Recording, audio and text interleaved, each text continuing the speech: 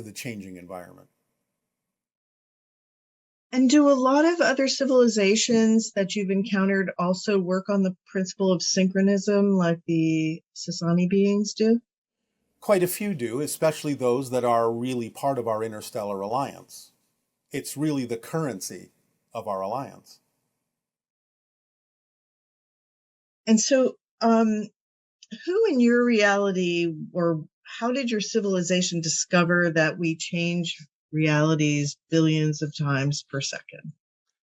Well, this is really quite obvious when you start thinking about what it is your own scientists are looking for. They're looking for an idea called the unified theory of everything, where they understand that everything is an expression of the same one basic fundamental thing. But if you take that a little further, you have to understand that if you're going to reduce everything down to something that is an expression of one thing, well, you have to include space and time as well as forces and other attributes of physical reality. By reducing space to its simplest form, it reduces down to a single dimensionless point. By reducing time down to its simplest form, you reduce it down to a single timeless moment. If you understand that everything is one thing, and therefore even space and time are reduced to their simplest components, then the experience itself of being capable of experiencing what appears to be vast space and vast amounts of time must be a projection that all exists at the same time, and therefore you logically conclude that what appears to be different locations and what appears to be different moments must all inhabit the same now moment and the same now point. And therefore, by definition, the experience of space and time in your reality demands the existence of parallelism, because all of these so-called separate moments and all of these so-called separate places and locations existing simultaneously, quote unquote, side by side, so to speak, demands the existence of parallelism and parallel realities. Otherwise, you couldn't experience it in the way that you do. So if everything is truly one thing and happening all at once, so to speak, then the only way that can actually exist and give you the experience you have in physical reality is for there to have everything happening in parallel. So once we realized as a civilization that everything was truly one thing, for us, the conclusion was logical that there must be parallel realities. And from there, we were able to formulate the idea of what for each reality might be the tick of the clock and the rate at which you may pass through these different realities to create the illusion of space and time and change. It was a natural extension of the understanding that everything exists at the same time and in the same place. Thank you. Yes. This question is, why do black holes usually lie at the heart of galaxies? Are they really just supermassive black holes, or do they have an element of higher intelligence? And why does that have to be mutually exclusive? It can be a black hole and have higher intelligence. So the idea is that they form the anchor point, the seed, the core, the kernel of the galaxies. They create the template, vibrationally, gravitationally, the grid on which galaxies are born, so to speak, are placed, come into existence. They are the initial blueprint of the idea of the formation of a galaxy. Now, there are some exceptions. We're not going to go into that right now. But fundamentally, for the most part, supermassive black holes, which do exhibit a type of intelligence, carry information in a way that lays out the template for the galaxies that they wind up at the core of. Okay. And there was a question about Sasquatch and why we never find the remains of Sasquatch physically here on Earth. Yes. As we have said, Sasquatch can go into other dimensions, other levels of reality, parallel worlds, and so on and so forth. The Sasquatch in general, though there are some differences in how they do this, have a particular level of reality, a particular place that they go to where many rituals are performed, including the idea of the rituals of honoring their dead. Their bodies are simply not left behind. They are taken to that slightly altered physical reality, slightly altered dimension of experience that's still quite physical, but doesn't really contain any other life. And therefore, they deposit their dead bodies there and perform the rituals there that honor them. It's really interesting. Yes. They have a whole culture you know nothing about, whole places they experience you know nothing about. Wow, it's just, and that was our natural evolutionary path to become more like that. It is what you would have become had you not been altered by alien genetics, yes. So, as you know, we've had some pretty momentous things happening here on the planet right now, and it's a great concern to a lot of people, of course. And so the one question is, why did Putin invade Ukraine? All right. I'm going to make a connection in order to give you the information that we are allowed to give you. This connection is to what might euphemistically be referred to as the Interstellar Alliance Council. So I will be speaking on their behalf as well as on the behalf of myself. One moment.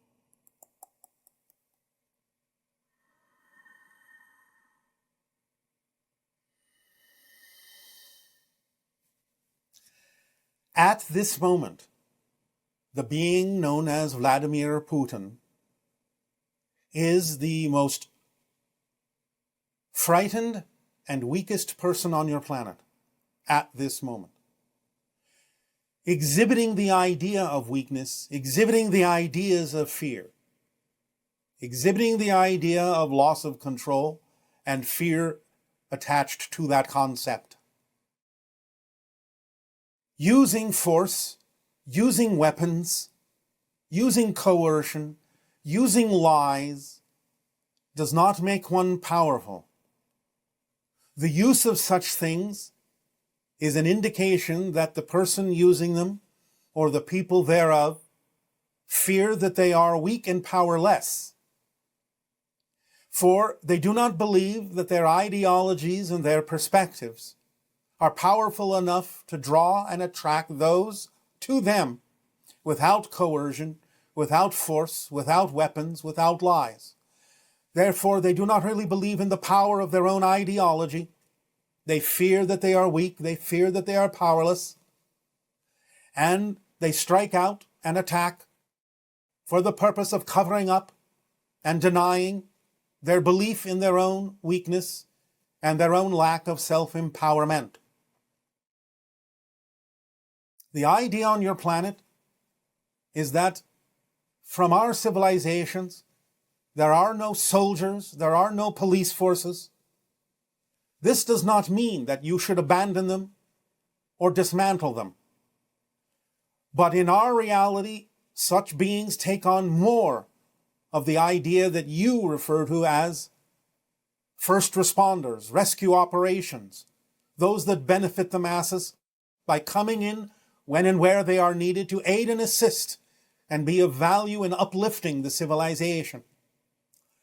Therefore, we lay out for you at this time, as an honorary member of the Interstellar Alliance, the notion and the practice and the actions necessary for these incidents to no longer occur. You have to have what you call your military and police forces, where each and every individual understands how life works and has an ethical and moral center on an individual basis, rather than following orders in a slavish way. They would respond to any such being as a dictator that is operating in a negative, coercive, lying, forceful way with a no. We will not follow you because it is outside the alignment of our moral and ethical centers in our connection to all that is. Such beings would be an aberration on your planet and would be immediately removed into a program of correction and therapy to allow them to learn to connect to their own self-empowerment, their own spiritual center and expression of all that is, rather than being left, as you would say, in charge. When you can, create programs that instill this universal ethical and moral center, a sense of connection to spirit, and expression and actions that are in alignment with who you truly are as powerful beings, and honoring and owning your own true power, it will no longer be necessary to have soldiers that follow orders slavishly. It will no longer be necessary to have a police force that must enforce the law, but simply act as those that guide, nurture, uplift, remind. In the same way that we have the organizational bodies in our alliance that amplify and magnify the concept of organization, the concept of awareness, the concept of stability, the concept of fluidity, the concept of adaptability, and the concepts of strengthening and magnifying everyone's individual self-empowerment in a way that functions harmoniously throughout the whole. You must think in terms of whole systems, rather than components that you struggle to piece together. In this way, when there are no longer those that simply slavishly follow orders, but each having their own ethical and moral center, will such actions as you are now experiencing on your planet no longer be possible. You must allow yourself, if you wish, to create programs, to teach, to educate, to help each individual find their self-empowerment and align to the idea of what you call the positive side of their ethical and moral experience in life, to connect back to their awareness of all that is, so that they will no longer support individuals who force, who coerce, who lie. The idea, therefore, is that this program must be started on your planet for you to truly achieve what can be achieved in your connection to our interstellar alliance as a full-fledged member. Through the window of open contact, it would be wise if you would accelerate these programs in such a way, create these programs and act on them in such a way that you can allow each to feel their own true self-empowerment and move forward as a collective whole, a collection of absolute individuals who are each empowered to be their unique selves with their unique connection to all that is, no longer slavishly following orders for those who fear that they are powerless, who fear others, who fear loss, who fear disconnection, who fear they are weak. For again, weapons do not make you powerful. They are a statement that you feel and believe you are powerless to attract what you need in life without them. Let that be the anthem of your world. We thank you. Will that have answered your question? Yes, thank you. There was a follow-up question also, which was, will the ETs prevent full-scale nuclear war, and how can they do that? As we have said many times, there have been many demonstrations given over the military bases on your planet that harbor nuclear missiles, where our crafts have, by hovering over and extending their electromagnetic beams, shut down the launch codes, erased the launch codes, scrambled the launch codes to demonstrate that while it might still be possible for there to be a limited nuclear strike, a small one somewhere on your world, the idea of global thermonuclear war would rip through the fabric of dimensions to other realities, and this you are not allowed to do. So this will be prevented on a larger scale, even though smaller scales that will not have that effect interdimensionally can still be allowed, because you still have to make up your own minds about what you wish to experience on your world. But the larger expression of it, yes, is not allowed and will be prevented. That's good to hear. And we appreciate that.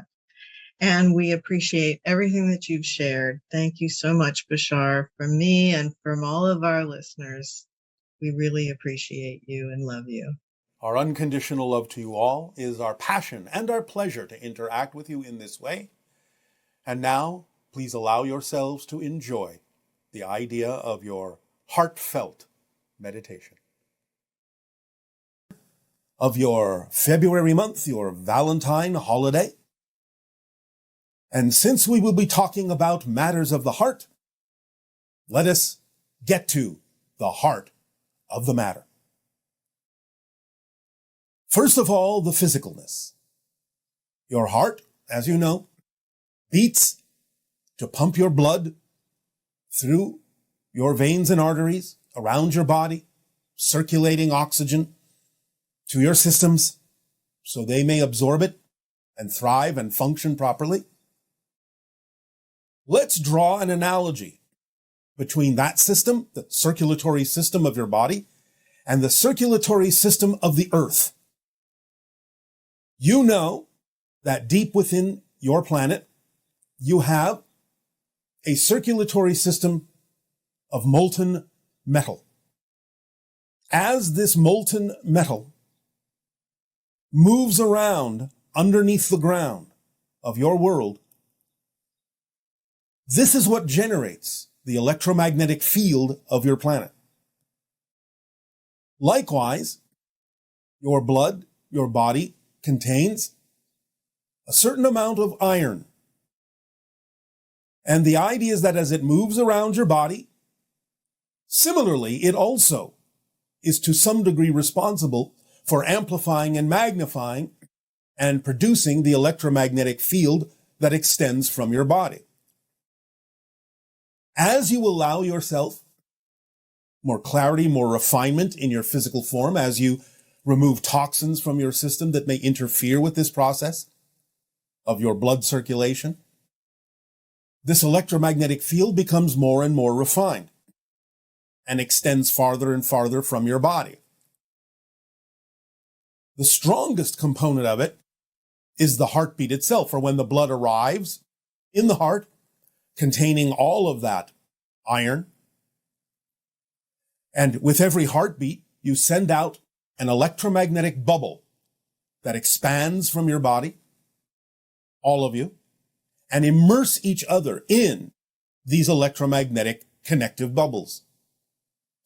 So that one heart literally talks to all the others, and you are immersed in the electromagnetic bubbles of all the other hearts.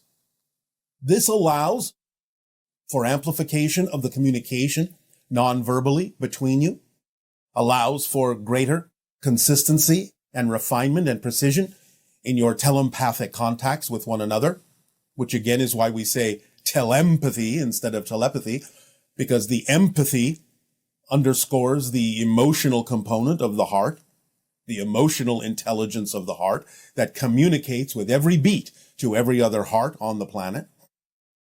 You are living, expanding bubbles of electromagnetic energy that expand and issue from the heart with every single beat, in constant connection and communication with one another. Now, as you refine your physical form, as you ascend, as you accelerate your vibration, uplift your frequency, these heartbeats become even more powerful. The electromagnetic or auric field around your body becomes highly sensitive to higher frequency energies from other dimensions, including the spirit realm. And so again, as your frequency rises, not only do you have better connections among yourselves physically on the planet, you have much stronger ability to connect and receive information from the spirit realm as well. So it is with the opening of the heart, the acceleration of your vibration, the upliftment of your frequency, that you will not only connect with all physical beings on your planet, not just humans, but all physical beings, but also connect with the spirit realm more consciously and have more awareness of their communications to you that come through electromagnetic energy.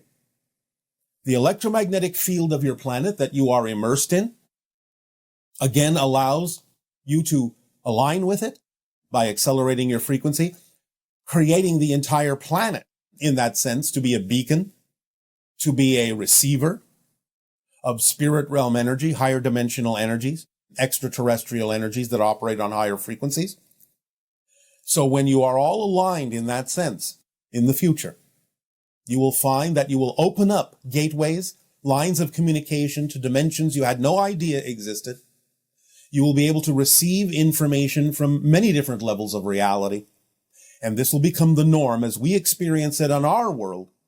We commune with spirits and extra-dimensional beings every day, all the time.